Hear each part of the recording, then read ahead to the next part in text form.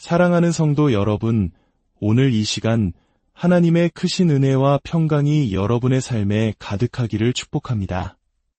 우리는 종종 삶의 무게에 짓눌려 소망을 잃어버리고 어두운 터널 속에 갇힌 듯한 절망감을 느낄 때가 있습니다. 하지만 오늘 이 자리에 함께한 여러분 모두에게 살아있는 희망과 승리의 메시지가 선포되기를 간절히 기도합니다. 이 귀한 말씀의 여정을 시작하기 전 잠시 시간을 내어 구독과 좋아요를 눌러주시면 이 은혜의 메시지가 더 많은 영혼에게 흘러가는 축복의 통로가 될 것입니다. 여러분의 작은 섬김이 누군가에게는 새로운 희망의 시작이 될 수 있습니다. 함께 이 선한 사역에 동참해 주시길 바랍니다. 오늘 우리는 낡은 과거를 떠나보내고 새로운 피조물로 거듭나는 기쁨, 모든 어둠을 이기는 찬양의 능력, 그리고 우리를 위해 예비된 놀라운 부흥의 약속에 대해 함께 나누고자 합니다. 마음의 문을 활짝 여시고 성령님께서 여러분 각자의 심령에 부어주시는 생명의 말씀을 받아 누리시길 소망합니다. 이것은 바로 승리입니다. 2025년 이 땅에 새로운 생명이 움트리라는 음성이 제 영혼에 들려왔습니다. 주님을 찬양하십시오. 오늘 밤 하나님을 예배할 준비가 되셨습니까? 구원받은 기쁨이 여러분 안에 있습니까? 이제 어제의 나에게 작별을 고하고 새날의 빛 가운데 살아갑니다. 다시는 나의 옛 방식 안에서 단 1분도 낭비하지 않겠습니다. 주님을 찬양합니다. 나는 거듭났습니다. 어제여 안녕. 나는 새로운 날의 빛 속에서 살아갑니다. 다시는 내 방식대로 낭비하지 않겠습니다. 주님을 찬양합니다. 나는 거듭났습니다. 나는 또다시 태어났습니다. 주님은 내가 빠져있던 혼돈 속에서 몇 번이고 나를 건져주셨습니다. 나의 슬픔을 노래로 바꾸어 주셨습니다. 이제 나는 한때 나를 가두었던 무덤 위에서 춤을 춥니다. 어제의 나에게 작별을 고합니다. 새로운 날의 빛 속에서 살아갑니다. 주님의 영이 내게 임하시니 내 길에 부활의 능력이 함께합니다. 주님을 찬양합니다. 나는 거듭났습니다. 나는 예수님을 따르기로 결단했습니다. 세상은 등지고 십자가는 앞에 있으니 나는 뒤돌아서지 않겠습니다. 나는 결코 뒤돌아서지 않을 것입니다. 주님은 끝없이 반복해서 나를 구원하셨습니다. 내가 빠져있던 그 깊은 수렁에서 나를 건져 올리셨습니다. 나의 슬픔을 가져가시고 내 입에 새로운 노래를 담아주셨습니다. 이제 나는 한때 나를 묻었던 그 무덤 위에서 기쁨으로 춤을 춥니다. 주님을 찬양합니다. 나는 다시 태어났습니다. 할렐루야. 성도 여러분, 오늘 밤 우리 함께 예수님의 이름을 계속해서 찬양하지 않으시겠습니까? 우리가 찬양할 때 묶였던 사슬이 끊어지고 속박이 풀어진다는 것을 믿는 분이 얼마나 계십니까? 오늘 밤 모든 것을 잃어도 좋다는 마음으로 주님을 찬양합시다. 아멘. 우리에게는 찬양받기에 합당하신 왕이 계십니다. 찬양이 원수를 잠잠케 하는 무기가 되게 하소서. 찬양이 모든 불안을 정복하는 능력이 되게 하소서. 그 찬양이 울려 퍼지게 하소서. 어둠 속에서 주의 이름을 부를 때 모든 것이 변화됩니다. 우리의 온 존재로 주를 노래하며 주의 승리를 선포합니다. 그 찬양이 온 땅에 울려 퍼지게 하소서. 우리는 주께서 모든 벽을 무너뜨리시는 것을 볼 것입니다. 거인들이 쓰러지는 것을 목격할 것입니다. 우리가 주의 이름을 찬양할 때 원수는 결코 살아남지 못합니다. 돌파의 하나님이 영원히 우리 편이십니다. 모든 피조물과 함께 그를 높이 외치며 찬양합니다. 하나님, 우리가 주를 찬양합니다. 믿음이 성난 바다를 이기는 노래가 되게 하소서. 믿음이 내 안의 폭풍을 잠재우는 노래가 되게 하소서. 그 믿음의 노래가 울려 퍼지게 하소서. 이것이 살아있다는 증거입니다. 이것이 자유가 느껴지는 방식입니다. 이것이 바로 천국의 소리입니다. 우리는 주를 찬양합니다. 이제 새로운 바람이 불어옵니다. 그 소리가 들립니다. 정말로 놀라운 일이 지금 일어나고 있습니다. 내 안에 단순한 감정 이상의 무언가가 있습니다. 이것은 외언입니다. 정말로 강력한 일이 일어나고 있습니다. 어둠은 빛 앞에서 무릎 꿇고 산들은 주님 앞에서 고개 숙입니다. 어제의 속박에서 벗어나니 새로운 일이 내게 다가오고 있습니다. 내 앞을 가로막는 거이나 너는 나의 믿음보다 크지 않다. 내가 새로운 일을 맞이하고 있다고 말할 때 너는 나를 믿어야 할 것이다. 새로운 일이 오고 있습니다. 새로운 기름 부으심이 모든 멍에를 파괴하고 있습니다. 모든 견고한 진에게 선포하십시오. 나를 놓아주어라. 정말로 강력한 일이 지금 일어나고 있습니다. 나는 전에 결코 알지 못했던 자유를 누립니다. 어둠의 그림자에서 벗어나 넘치는 은혜 속으로 들어갑니다. 오, 나는 비를 가득 머금은 구름을 봅니다. 마치 부흥이 우리를 향해 오고 있는 것 같습니다. 오, 나는 구원을 가득 품은 구름을 봅니다. 마치 구원자께서 우리를 향해 오시는 것 같습니다. 오, 나는 풍성한 비의 소리를 듣습니다. 마치 자유가 우리에게로 향하는 소리 같습니다. 어쩌면 우리 한국인들이 겪었던 그 혹독했던 시절, 모든 것이 무너진 잿더미 위에서 오직 믿음 하나로 일어서야 했던 우리 부모님 세대의 모습과도 같을 것입니다. 그때 우리는 간절히 비를 기다렸습니다. 메마른 땅을 적셔줄 단비를 말입니다. 이것은 마치 1907년 평양에서 시작되어 이 땅을 뒤덮었던 강력한 부흥의 역사를 떠올리게 합니다. 메마른 땅에 단비가 내리듯 성령의 강력한 임재가 우리 민족의 심령을 적셨던 그날처럼 하나님은 오늘 다시 한번 우리에게 새로운 부흥의 비를 약속하고 계십니다. 기쁨이 우리를 향해 오고 있습니다. 치유가 우리를 향해 오고 있습니다. 회복이 우리를 향해 오고 있습니다.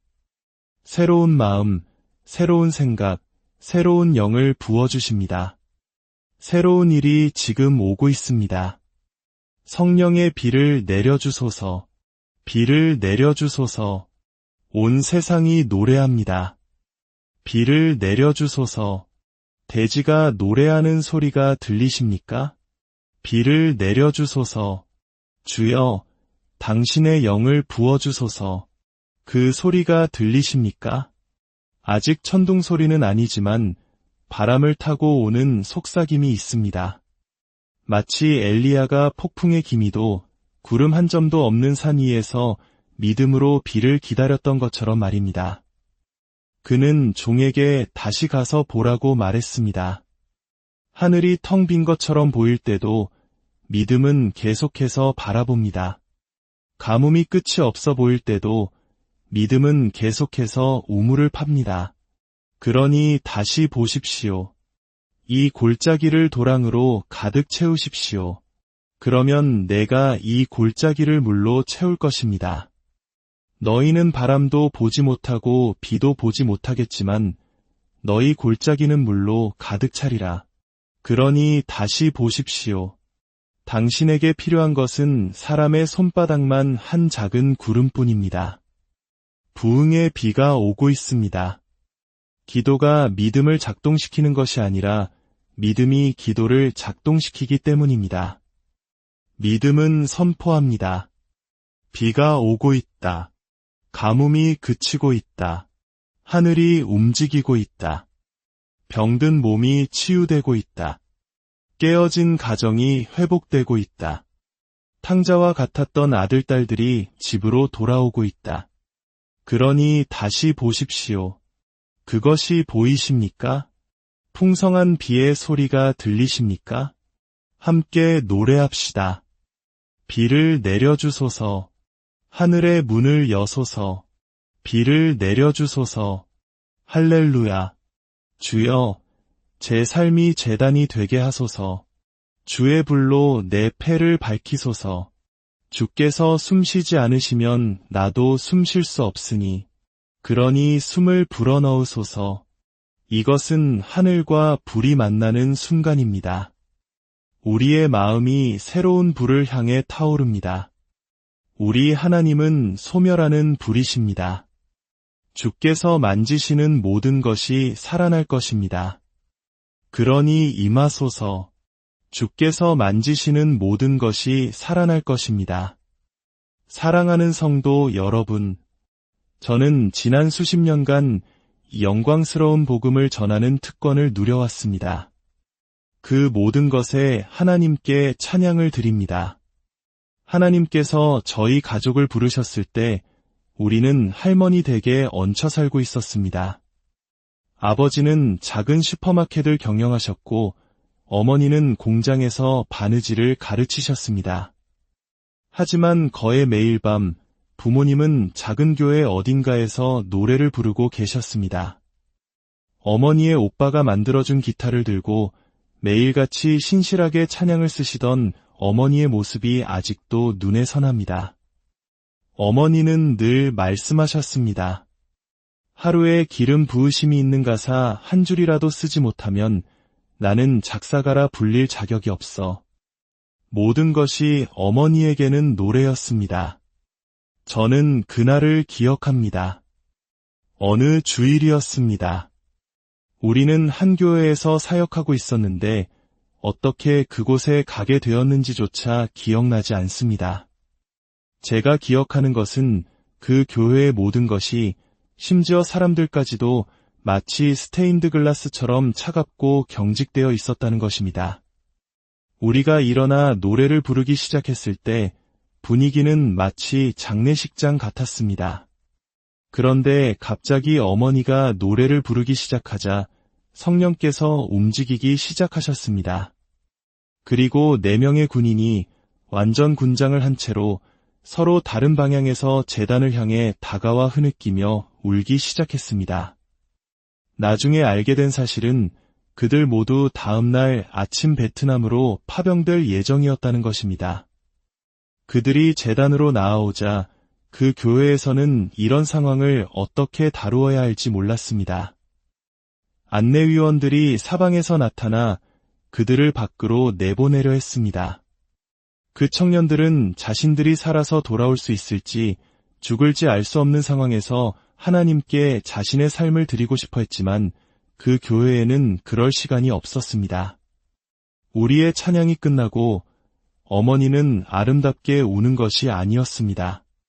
눈물과 콧물이 범벅이 되어 흐느끼셨습니다. 저는 그 스테인드 글라스 교회의 강단에 앉아있던 것을 결코 잊지 못할 것입니다. 어머니는 우시면서 제가 늘 아는 그 표정을 지으셨습니다. 노래가 임하고 있다는 신호였습니다. 어머니는 저를 가리켰고 저는 펜과 종이를 가져다 달라는 뜻님을 알았습니다. 하지만 강단에는 종이가 없었습니다. 저는 찬송가 책 한 권을 집어들었습니다. 첫 페이지에는 이 책에 낙서하지 마시오라고 쓰여 있었습니다. 헌금용으로 쓰던 몽당 연필 한 자루가 있었습니다. 저는 그것을 어머니께 건네드렸고 어머니는 떨리는 손으로 가사를 써 내려가기 시작했습니다. 성령이여, 이곳에 임하소서 보십시오. 성령님은 그 교회에서는 환영받지 못했을지 모르지만 어머니의 마음속에서는 환영받으셨습니다. 성령님은 오늘 우리의 삶에서 환영받고 계십니까? 그분이 우리의 계획을 기꺼이 중단시킬 수 있습니까?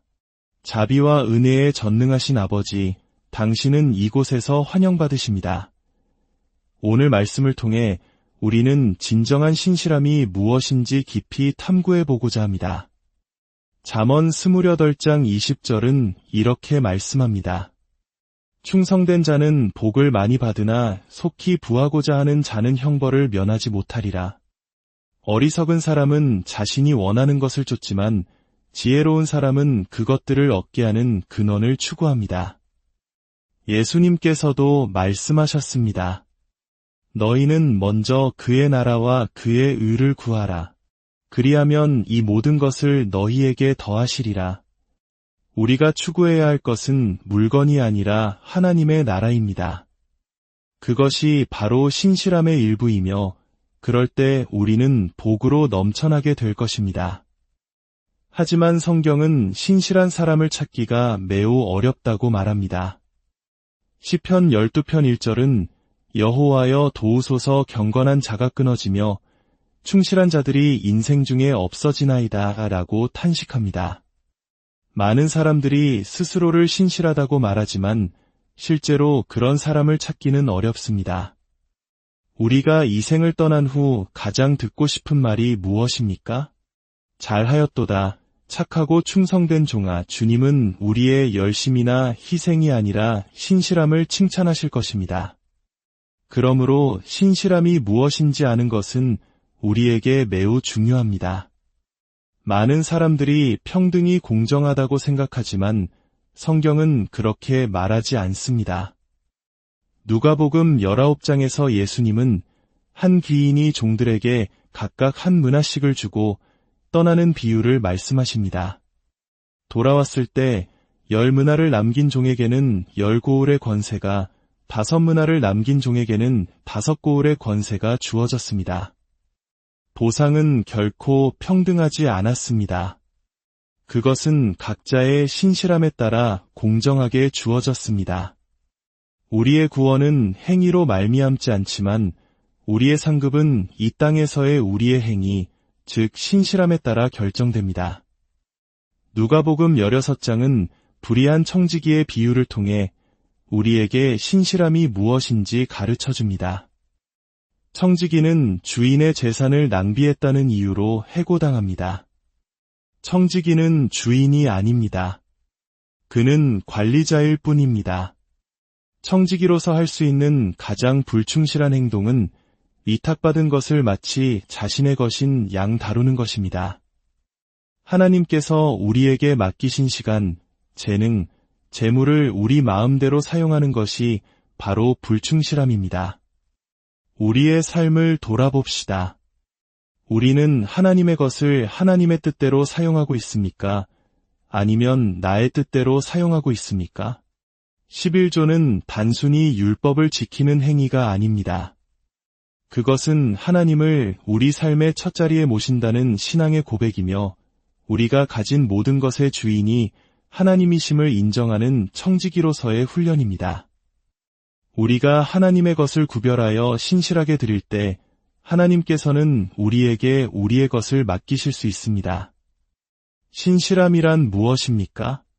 그것은 주인이 시키는 대로 그대로 하는 것입니다. 우리는 판단하기 위해 부름받은 것이 아니라 돕고 배우기 위해 부름받았습니다. 불충실한 사람은 주인의 말을 귀담아 듣지 않습니다. 어차피 자기 방식대로 할 것이기 때문입니다.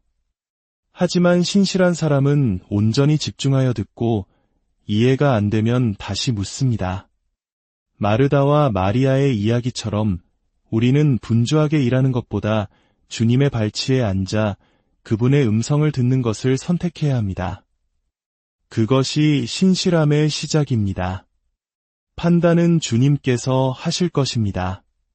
그날이 되면 주님께서 각 사람의 마음의 의도를 드러내시고 각 사람은 하나님께 칭찬을 받을 것입니다. 사랑하는 성도 여러분, 오늘 우리는 주님의 음성에 귀 기울여야 합니다. 우리의 남은 모든 날이 우리의 시간과 재능과 재물이 주님 보시기에 신실한 청지기의 삶이 되기를 소망합니다. 우리가 이 땅에서 신실할 때 주님은 하늘에서 더 큰 것을 우리에게 맡기실 것입니다. 주님, 오늘 우리에게 주신 말씀을 마음에 새깁니다. 우리가 더 이상 자신의 삶의 주인이 아니라 주님의 것을 맡은 청지기임을 깨닫게 하옵소서. 우리의 모든 결정과 행동 속에서 주님의 뜻을 구하게 하시고 주인이신 주님께서 말씀하시는 그대로 순종하는 신실함을 허락하여 주옵소서. 그리하여 마지막 날 주님 앞에 섰을 때 잘하였도다, 착하고 충성된 종아라는 칭찬을 듣는 우리 모두가 되게 하여 주옵소서. 여러분의 가정과 직장과 모든 삶의 터전 위에 넘치도록 부어주시는 하나님의 축복이 함께 하시기를 예수님의 이름으로 간절히 축원합니다.